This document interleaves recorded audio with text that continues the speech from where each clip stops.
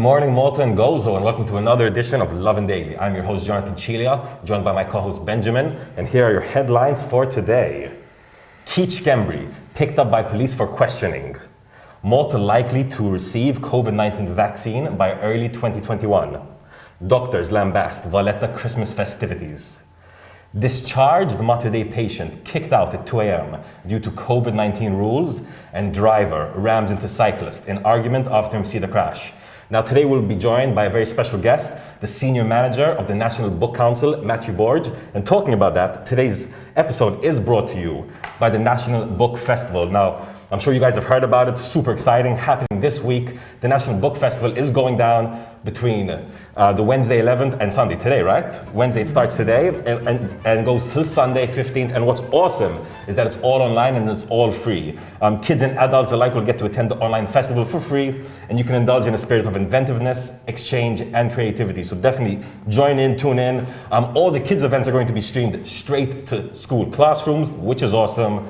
And you can follow all the events streamed online at ktip.org.mt, as well as Facebook, as well as some events on the Lovin Malta Facebook page itself.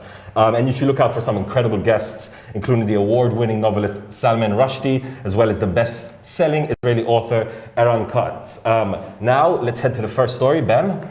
Sure. First story of the day. Everyone's been talking about this. Camilleri was picked up by police for questioning. So Camilleri, the former chief of staff of former Prime Minister Joseph Muscat, was taken into questioning by police only this morning, questioning allegedly over suspected financial crime.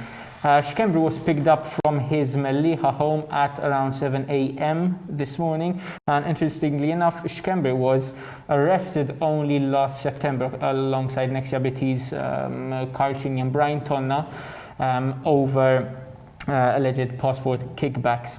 Also yesterday, former Minister Conrad was also under arrest. Was also put under arrest at the Economic Crimes Unit, and he was even kept under arrest overnight for questioning. He is still being interrogated to this day, and we'll make sure to keep you updated about whatever comes out of these interrogations about both Camilleri and Mitzi.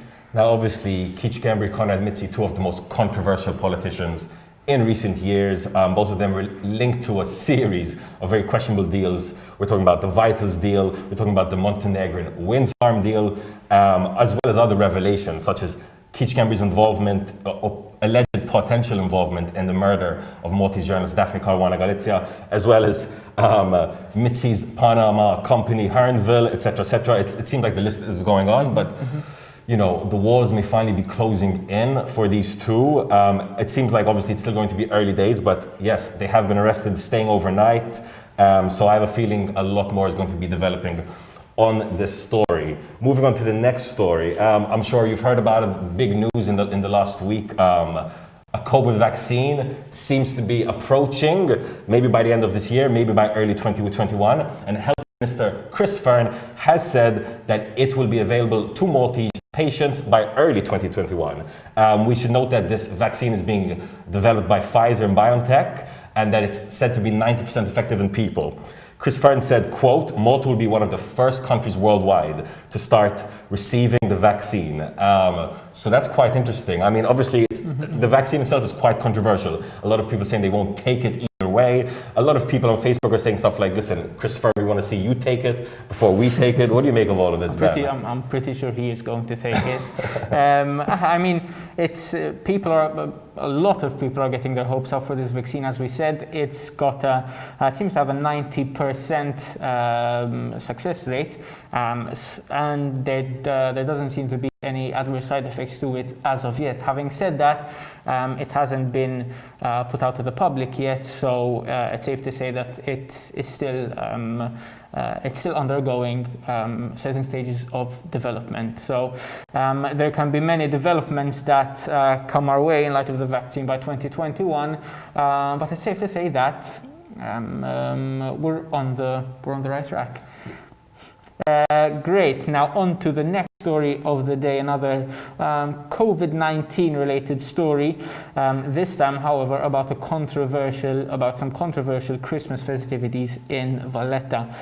So yesterday, Malta's Medical Association, the MAM, lambasted the government for its Christmas in the City festivities.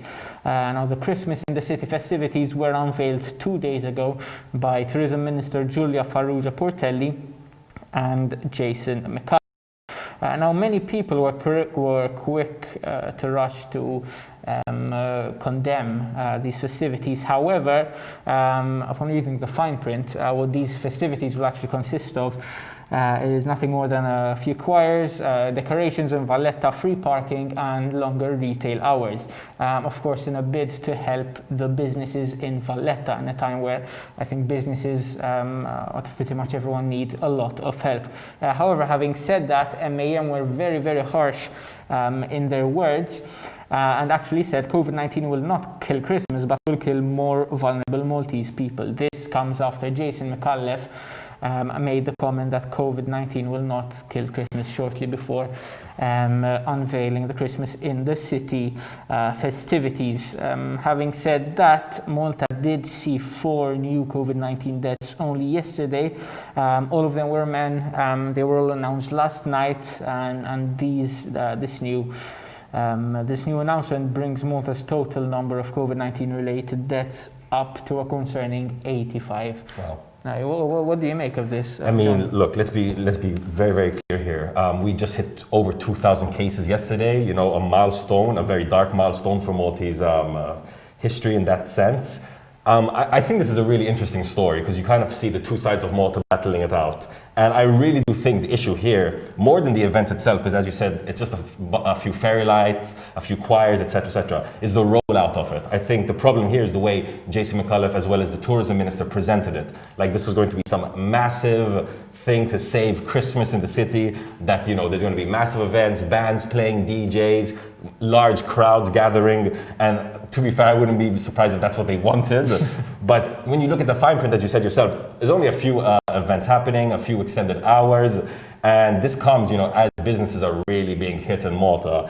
However, Jason and Giulia, the minister and the chairman himself, did come off as being seen as a bit of out of touch. Everyone's very concerned with the pandemic, and they're here telling people to gather in Valletta to celebrate Christmas. However, I do feel like, it is being called highly responsible, but let's be clear, will crowds of that size be gathering in Valletta?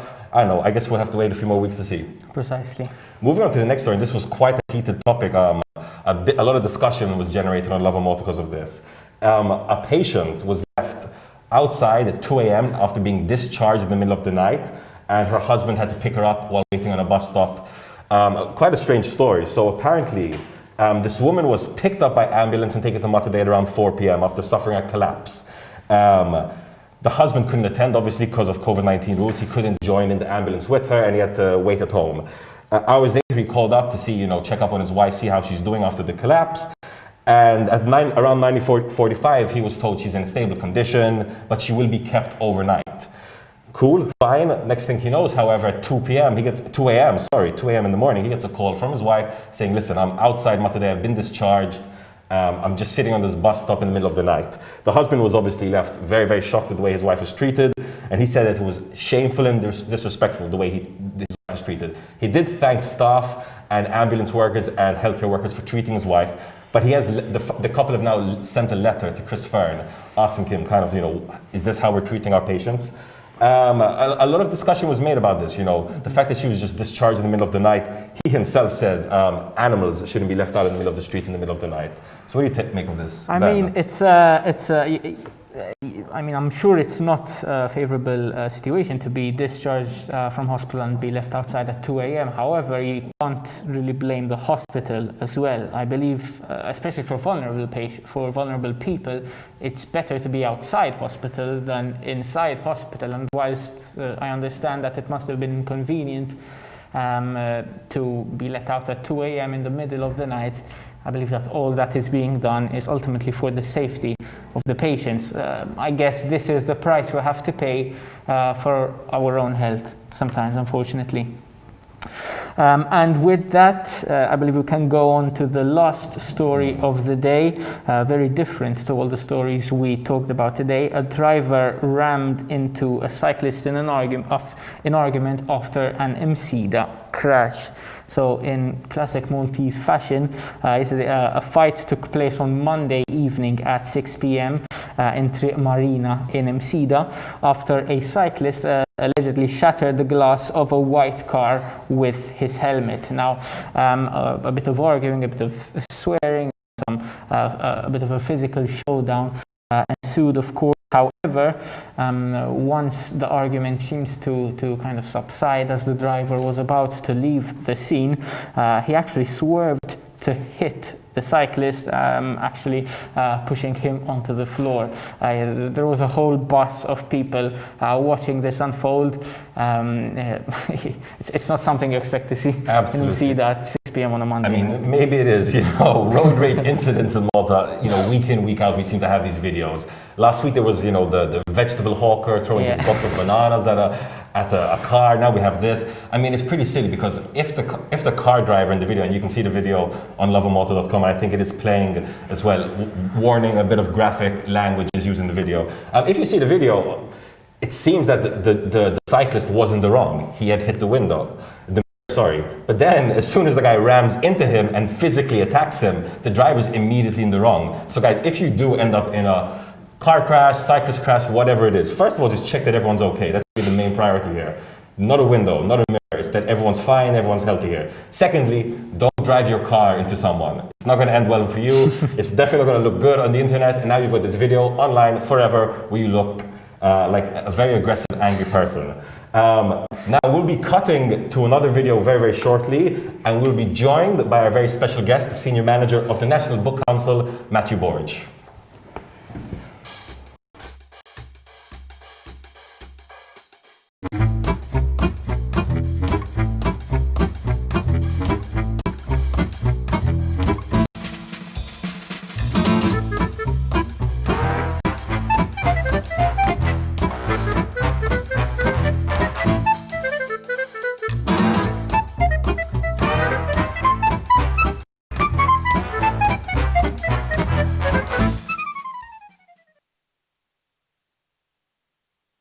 So Matthew, thank you for joining us today. We'll be kicking this interview off with a bit of a general question about Maltese literature. So where do you see Maltese literature going, and what more can be done, do you think, to better its standing in Malta? So this is a very vast question, but let me start with a cliche that literature evolves as much as its people evolve. And we could go on till tonight discussing what is evolution, is there a capping to evolution, and who are the people? Is it Joey in the street or its representatives in parliament? If you'd ask me, the few people who know me know that I'm a highly political when I speak. So let's tackle, because there are many facets, to a population. Let's tackle what I like to speak about, politics. And let's speak about these representatives. I believe that we have politically stupid politicians with regards to discourse, how this political discourse is made in parliament. And of course, this will reflect in literature. So, with regards to your second part of the question, what needs to be done? Let's start first with very good literature, good attempts in literature, which were political, like for example, Capitali by Wayne Flask, Il Manifest tal-Killer by Carl Camilleri, various books, for example, Laqwa Żmien by Emmanuel Mifsud. So yeah, if you'd ask me where should we head, I think we need more literature which is politically conscious. Where are we heading? Again, this is a vast question. I mean, you cannot make people read, but you can do initiatives where people meet books more frequently. With that regards, the National Book Council does a lot of work during the year in making more books more accessible to people. How? We give various donations, some of them very big, to Malta libraries, for example, who distribute the books in all libraries across Malta and Gozo. We select specific entities. For example, the last donation that we did was the Teenage Correctional Facility in Tahleb. And of course, we choose types of books which we think are good for that type of entity. So yeah, I think that Maltese literature, in my opinion, which I took only one facet of population, which is political discourse, I need that we need to do more on that regards. We have politically conscious literature. Certainly. Very, very interesting, actually. So obviously the festival started today. Yes. Big build up to it. Very, very exciting. It's online. A lot of work. A lot of work. I can't even imagine you and your team. And what I found was one of the most interesting facts is that we got some incredible guests. We have Sir Salman Rushdie, one of the most important writers of the recent ages, and he'll actually be speaking at the festival in an interview, right? Yeah. Tonight at 7:30 live, and of course, which Lovin Malta will be streaming. Also, Salman Rushdie is a heavyweight champion of contemporary literature. He has won the Booker Prize for literature, which I think is the second top prize in the world, second to the Nobel Prize. And also, when there was a prize for the best of the Booker, he won that too with Midnight's Children. So we're speaking about it's top-notch literature here. Salman Rushdie will be in discussion with Alfred Sant. Why Alfred Sant? Alfred Sant, first of all, he's one of the biggest writers in Maltese literature, and last year he won the Lifetime Achievement Award by the National Book Council.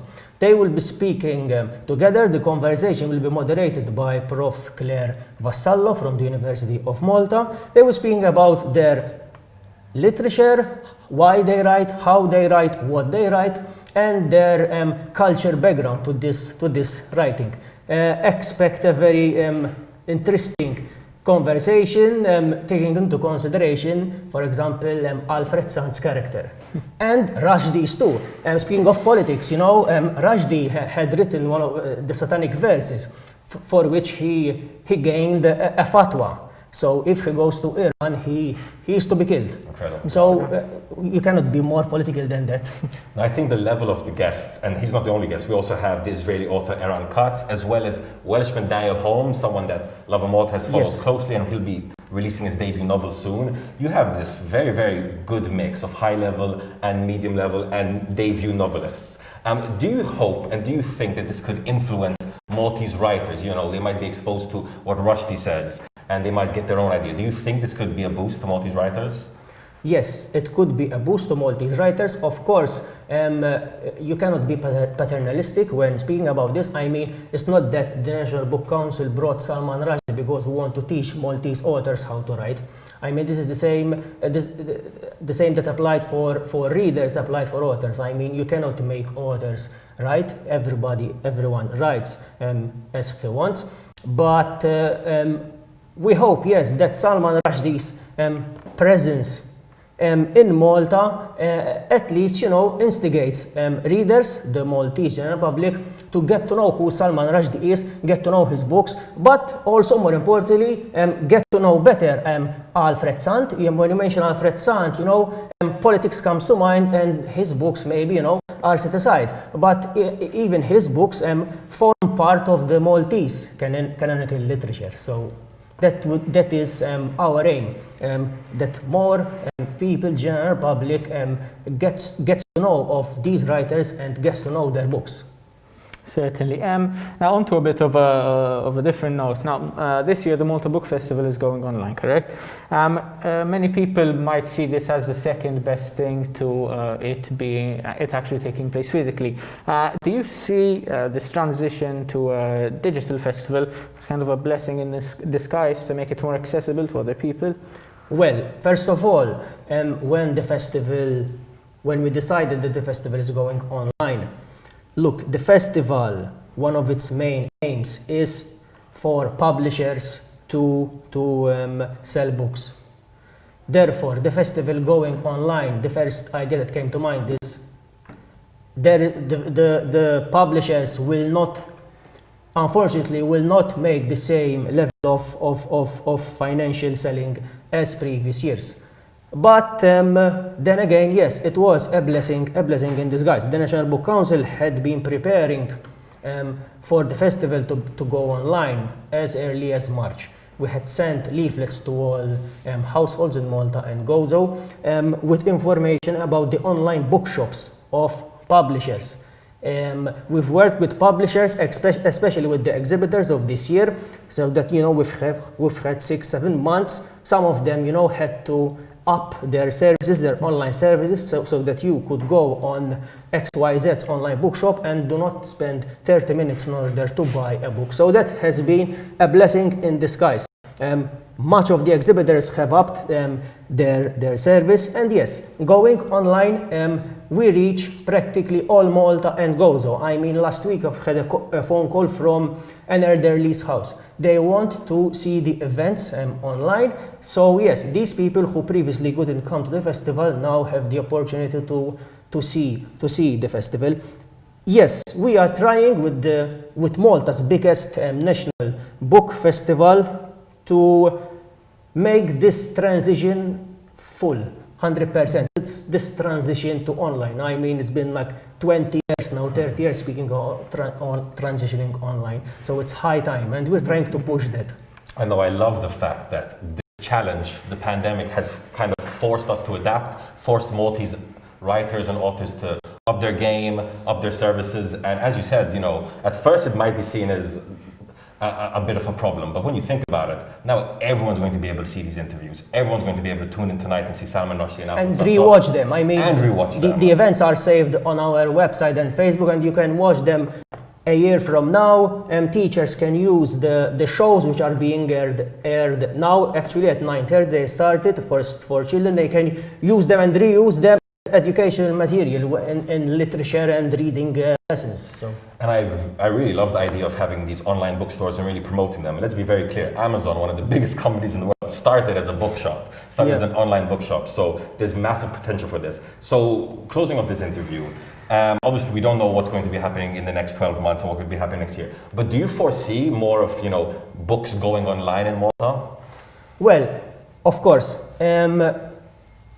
If you ask me, we've already started discussing the book festival team at the National Book Council, that yes, the festival can be organized in a hybrid way in future years. So you have the people, the physical one, people going to the MCC, buying books, meeting authors, getting to know new books, etc., etc. And also at the same time, the festival happening online.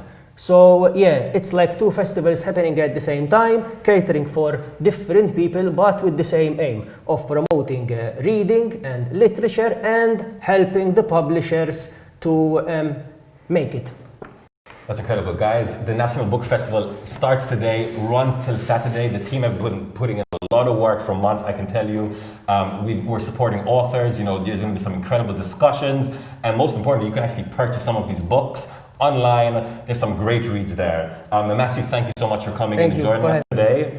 And from myself and Benjamin, have a day full of lovin'.